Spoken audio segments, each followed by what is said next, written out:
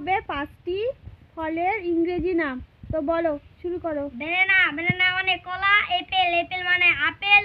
Watermelon, watermelon মানে তরমুজ। আর orange, orange মানে কমলা লেবু। আর ম্যাঙ্গো, ম্যাঙ্গো মানে আম। গুড। এবার হেমিশ বলবে, বল।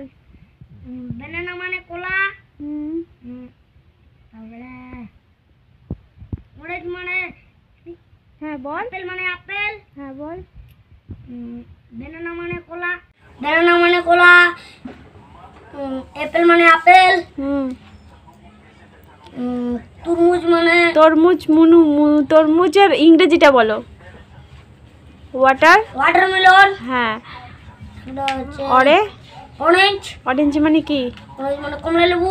আচ্ছা। ম্যাঙ্গো, ম্যাঙ্গো মানে আম। বানানা মানে? ব্যানানা মানে কলা। আচ্ছা, তারপরে আরো বলো। অ্যাপেল মানে আপেল। গুড। তারপর ওয়াটারমেলন মানে হ্যাঁ, ওয়াটারমেলন মানে তরমুজ। Good good good. হ্যাঁ, তারপরে অরেঞ্জ মানে কমলা লেবু। হ্যাঁ, গুড।